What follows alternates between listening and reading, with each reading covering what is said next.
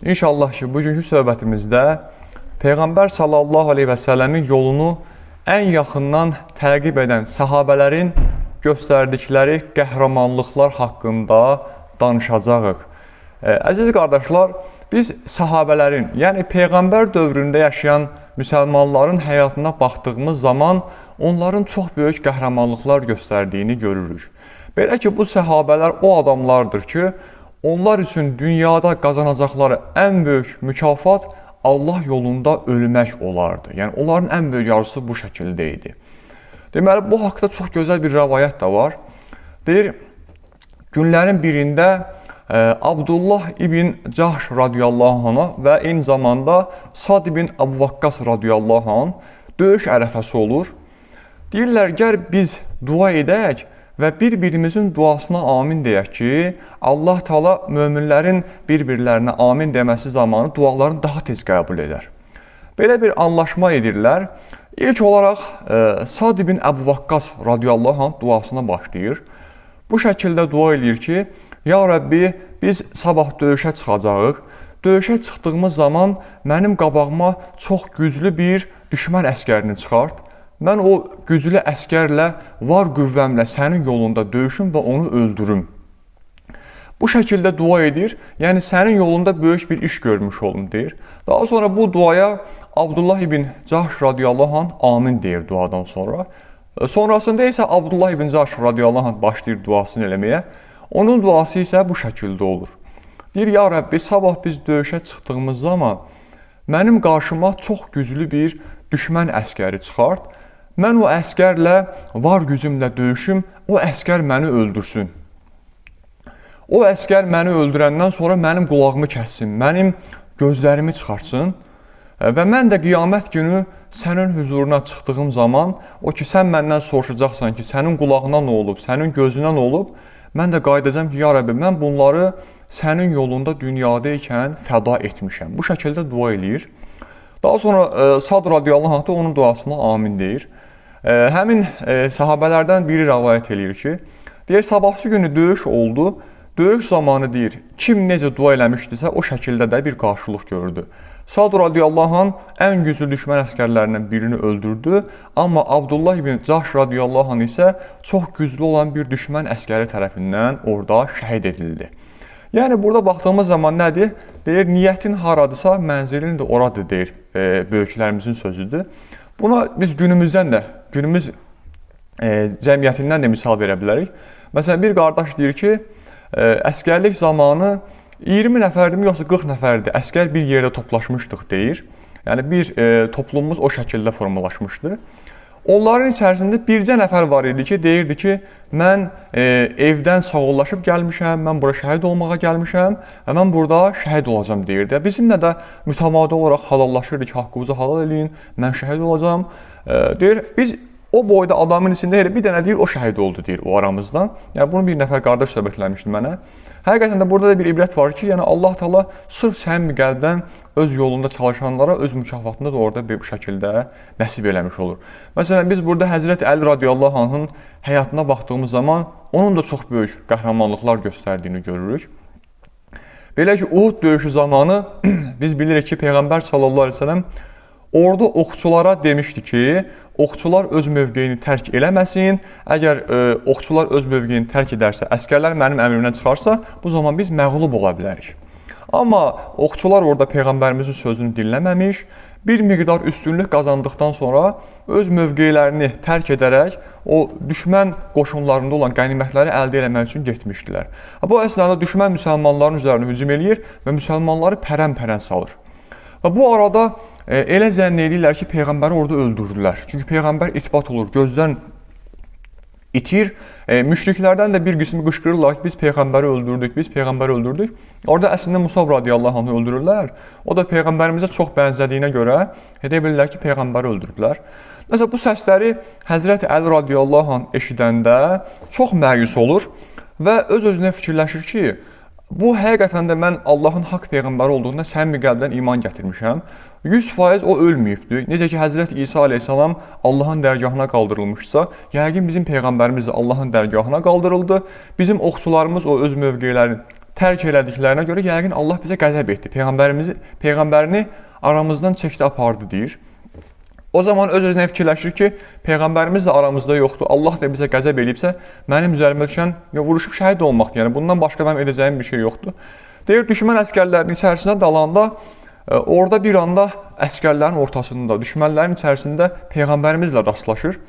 Həzrəti Əli radiyallahu anh rəvayət edir ki, orada deyir, o qədər sevindim ki, az qala deyir, ürəyim deyir, yerindən çıxsın Peyğəmbərimizi görüncə.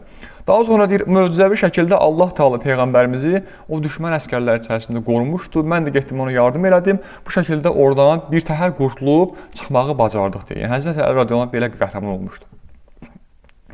Məsələn, Əbu Hənzələ radiyallahu anh cənazəsini mələklərin yuduğu bir şəhid olmuşdu orada.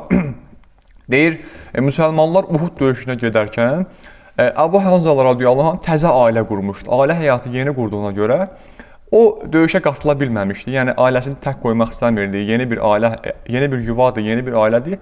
Bir müddət orada qaldıqdan sonra Peyğəmbərimizin yanına getmək istəyirdi.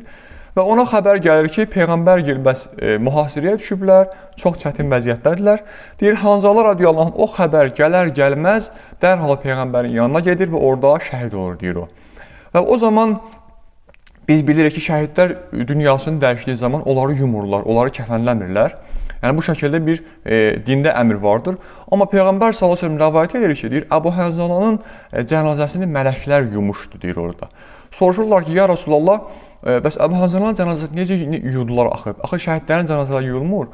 O da qayıdıb deyir, cavab verdi ki, Hanzələ radiyallahu anh qüsulsuz idi, deyir. Qüsul almağa vaxt tapmadı, deyir. O ki, eşitdik biz dara düşmüşük. Hətta o ibadəti yerinə yetirmədən dərhal qılıncını alaraq deyir, bizim yanımıza gəldiyinə görə o qüsul almamışdı, deyir. Ona görə mələklər deyir, orada onu o şəkildə yuyaraq, neynədilər, dəfnində orada iştirak etmiş oldular. Məsələn, biz başqa sahabə Musab radiyallahu anh, yəni Musab radiyallahu anh çox böyük sahabələrdən biri idi. Təbii ki, biz bilirik ki, o çox zəngin bir kimsə olmuşdu. Atası, anası o dövrün ən varlı insanlarından biri sayılırdı. Özü də çox bolluq içərisində yaşayırdı. Amma nə zaman ki, İslam dini ilə tanışdı, onu bütün mal dövlətindən məhrum elədilər. Yəni, atası, anası hətta belə ona qəzəbləndi. Dedi, nə zaman İslamdan dönərsənsə, səni təkrar o mal dövlətinə geri qaytararıq. Amma o təbii ki, də haqq yolundan dönmədi.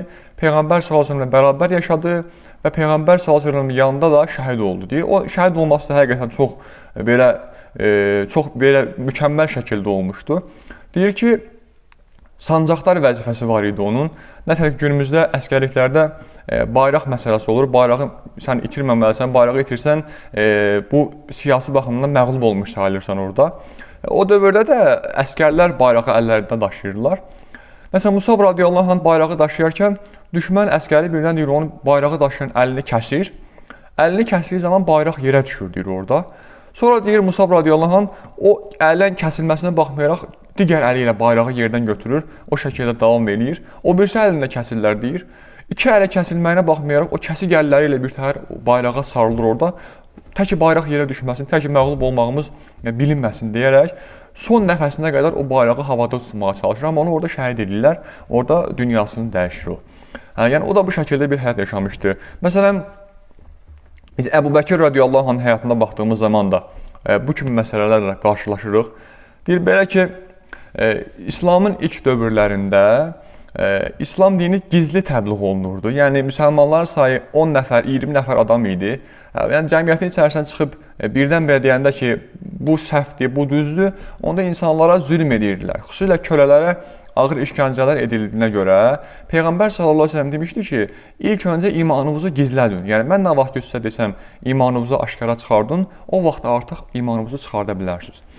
Nəsə deyir, bu əsnada haradasa təxmini 30-40 nəfər müsəlman var idi və artıq Həzrət Əbu Bəkir radiyallahu anh'ın ürəyi dözmür. Deyir, ya Rasulallah, mənə icazə ver, gedim mən Məkkə küçələrində xütbə oxuyum, İslamdan danışan xütbələr oxuyum, insanları açıq-aşkar dinə dəvət edeyim. Yəni, mən qorxmuram, yəni, mən nəsə eləsələr də Allah yolunda olmuş olacaqdır. Bunda da mənim bir itirəcəyim bir şey olmayacaqdır. Nəsə, Peyğəmbər sallallahu əleyhi və səlləm deyir, ona izin verdikdən sonra o gedir Məkkədə bir xütbə oxuyur və bu xütbə İslam tarixində oxunan ilk xütbə olmuşdu. Yəni, cəmiyyət içərisində oxunan ilk açıq-aşkar oxunmuş xütbə idi.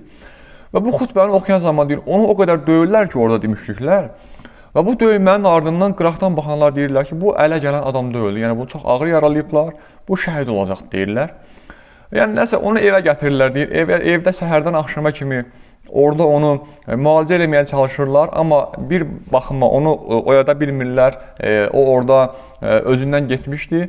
Nəhayət deyir, axşam çağı gəldiyində yuxudan deyən, yəni bayılmaqdan ayılır və ayılan zaman deyir, Muhammədə nə oldu? Muhamməd necədir? Muhamməd sağdırmı deyir. Yəni Peyğəmbəri düşünür ilk öncə. Qayıdıb yaxınları deyirlər ki, və sənə nə başına gəlibsə elə bu Məhəmmədə görə gəlibdir. Yəni sən bu Məhəmməddən əl çək, yəni Məhəmməd sənin bu vəziyyətə düşməyinin birinci səbəbkarı elə odur deyirlər.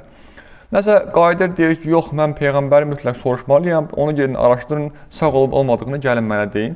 Deyir, ona yemək gətirib verirlər, yeməyi yemir deyir. Yəni bu qədər ac olmağına, taqətsiz olmağına baxmayaraq, deyir, məni Peyğəmbərin yanına aparın.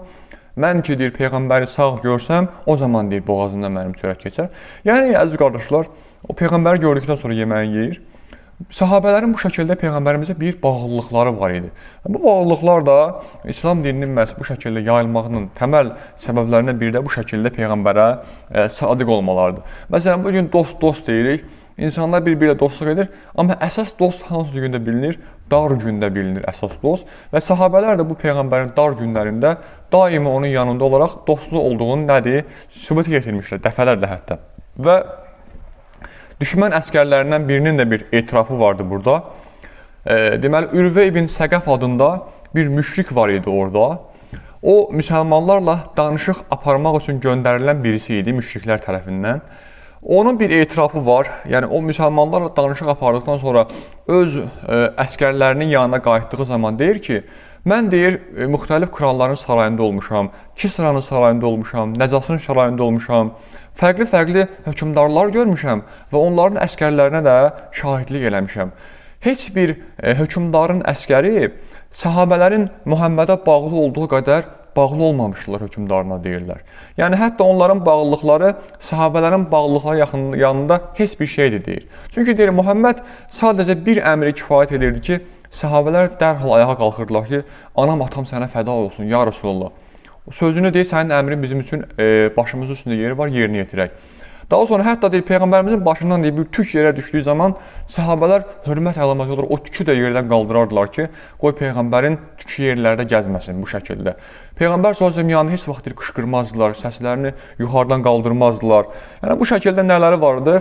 Peyğəmbərimizə bağlılıqları var idi. Məsələn, Həzrət Osman radiyallahu anh, o da necə ki, Ürvə müsəlmanlar tərəfə danışıqlara gəlmişdi, Həzrət Osman da müşriklər tərəfə keçmişdi danışıqlar aparmaq üçün.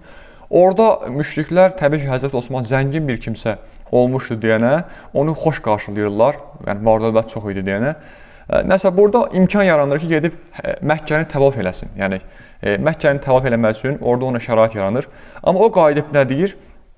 Deyir, mən buralara gəlib çıxmışam, amma mənim Peyğəmbərim deyir, hələ Məkkəni təvaf eləyə bilməyib. Yəni, Peyğəmbərin məhrum olduğu bir şeyi mən necə edə bilərəm ki, deyir. Yəni, bu şəkildə Peyğəmbər s.ə.və sadiqliyini orada göstərmişdir, əziz qardaşlar. Məsələn, Zeyd ibn Harisənin özünü götürək. Necə ki, Əshab surəsi 37-ci ayəsində adı keçir. Quranda yeganə adı keçən sahabədir Zeyd ibn Harisə. Deyir, Zeyd ibn Harisə kiçik yaşlarında olarkən onların ticarət karvanlarına düşmənlər hücum edirlər və bu karvanda olan nə qədər var-dövlət varsa hamısını qarət edirlər. O dövrdə də bildiyiniz kimi köləlik deyə bir şey var idi və bu kiçik yaşda olan Zeyd ibn Harisəni kölə kimi götürərək aparıb satırlar və bu köləni də Həzrət Xədicənin bir qohumu alır. O qohumu köləni hədiyyə edir Həzrət Xədicəyə. Həzrət Xədicə anamız da o köləni hədiyyə edir Peyğəmbərimizə. Nəhayət Zeyd ibn Harisə Peyğəmbər s.ə.v-in köləsi olur. Təbii ki, Peyğəmbərimiz kölə deyəndə özü nə yeyirdisə ona da onu yedizdirirdi, özü nə içirdisə ona da onu içizdirirdi. Yəni özündən ayırmayacaq tək. Sanki bir qardaşıymış kimi, sanki bir oğluymuş kimi onu yetişdirir, böyüdür. Və deyir, Zeyd ibn Harisənin atası, oğlu kölə kimi oğurlanıb satıldıqdan sonra diyar-diyar düşərək oğlunu axtarmağa başlayır. Yəni, bütün işi peşəsi hər yerdə oğlunu tapmaq üçün çalışmaq olur.